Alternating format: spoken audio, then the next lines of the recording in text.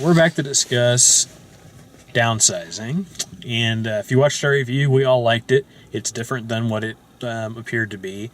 To me, I think the message of the movie, as a science fiction, because it's a science fiction movie with comedy. It has a very science fiction plot and a very science fiction message. To me, the central question of the movie is, if you know that you're going to die, or your time is limited or whatever, how do you spend that time? Do you spend that time trying to ensure that everything goes on and find some way to prevent or delay the inevitable, or do you take care of the people around you that need help? And I think that's really what the movie was about, what it was teaching you about, because the movie just sort of, you generally pick up on the whole thing where, I don't remember the character's name, it was a Vietnamese name, but her character is, she's missing a leg or missing a foot, and yet all she's doing all the time, all day, is taking care of everybody else that's also sick or dying or whatever. That's all that she is about. And Matt Damon sort of becomes part of that with her. And then they go to Norway, and she wanted to go there because she felt this connection with the scientist that created the program, and Matt Damon kind of did too. They were both kind of interested as, like tourists and interested like that.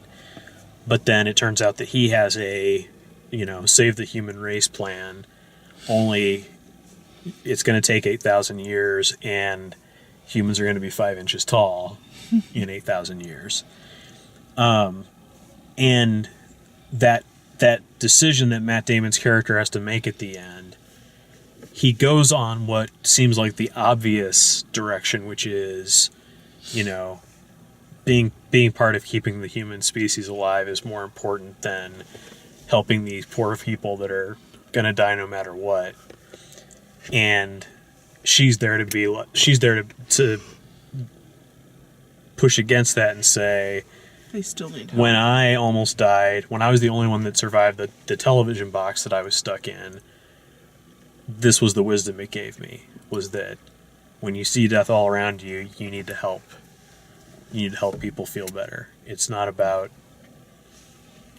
something other than that.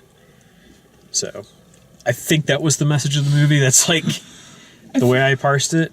I feel like the movie is like in the joking of part cult when they have the group in Norway. It's like part cult, part inconvenient truth. Come to life, kind of mixed up.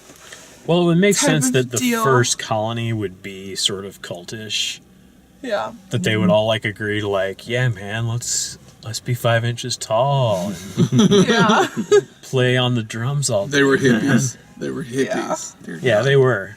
Norwegian hippies. Yeah. The first I think I colony liked was them burning. the best though. Yeah. I didn't really care for the land and the glitz and the glamour stuff. Sure. But maybe that's something that I look forward think, to if you're trying to make an impression on the environment. I think it was the people in the tenements that we care about. Yeah. Yeah. So. But, I mean, it's a good movie. They should have marketed it a different way. Yeah, very different than what you think. They got people who wanted to go see it, but it was almost like a bait and switch. Mm-hmm. Yeah, that's how people go see this movie. It's going to be so fun. That's how people were walking out, because there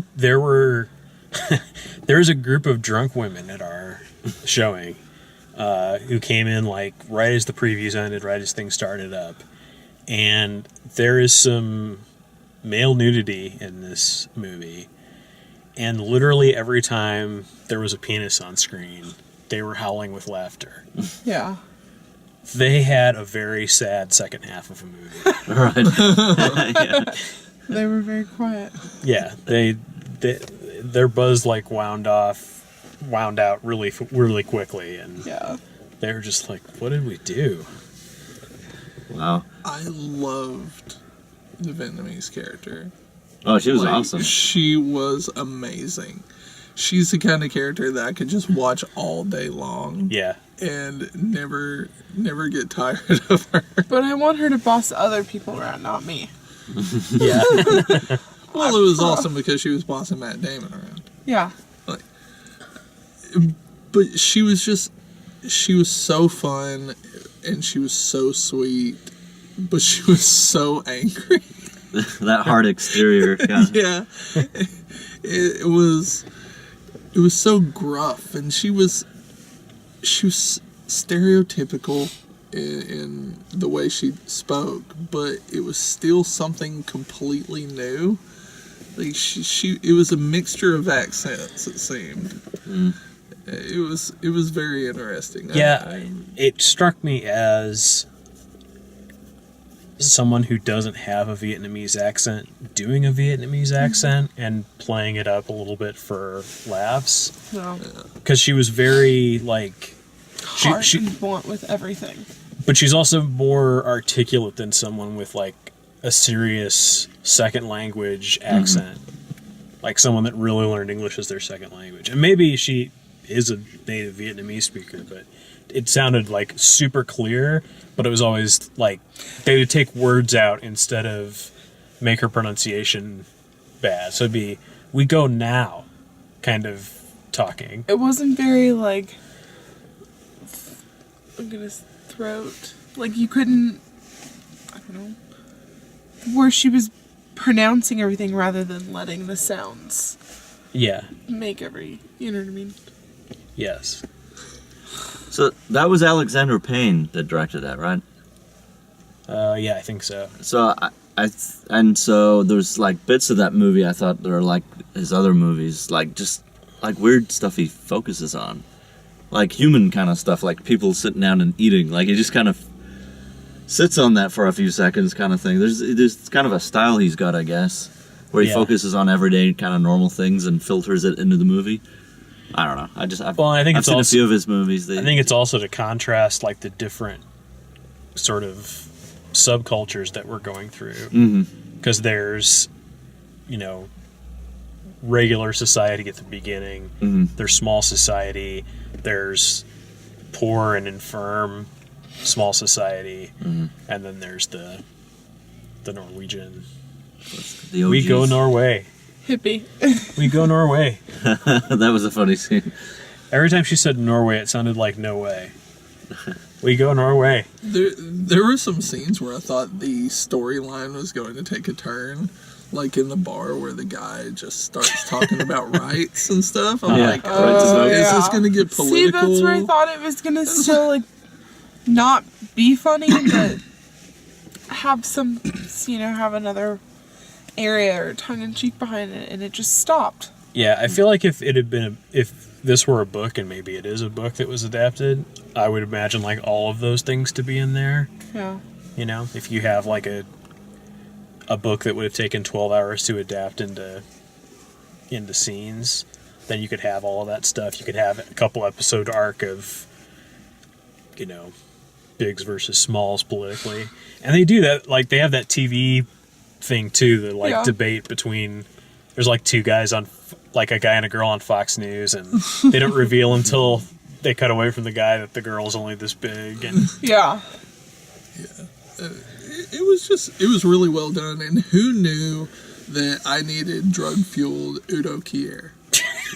Like, that was the best thing that ever happened. I was so happy that we got batshit crazy Christoph Waltz as the next door neighbor instead of Jason Sudeikis. That made my night. From the trailer, I thought he was going to be like a confidant or something that shows up once. The scene where they arrive in Norway and Matt Damon kind of stumbles upstairs and Udo Kier's looking at him and Christoph Waltz is just like smiling. He knows what happens. Yeah. So awesome. Christoph Waltz is amazing. And I don't know why. I just love Udo Kier. He's He great. seems like such a respectable actor, and then they always give him some just random stuff to do. Yes. And this was perfect. His absolute love for that boat. How do you get it there? A FedEx. FedEx. Much faster. All right. Well, that's about it for Downsizing. If you like the way we do these, please like the video, subscribe, check out all the written and video reviews at dalemaxfield.com, and thanks for watching.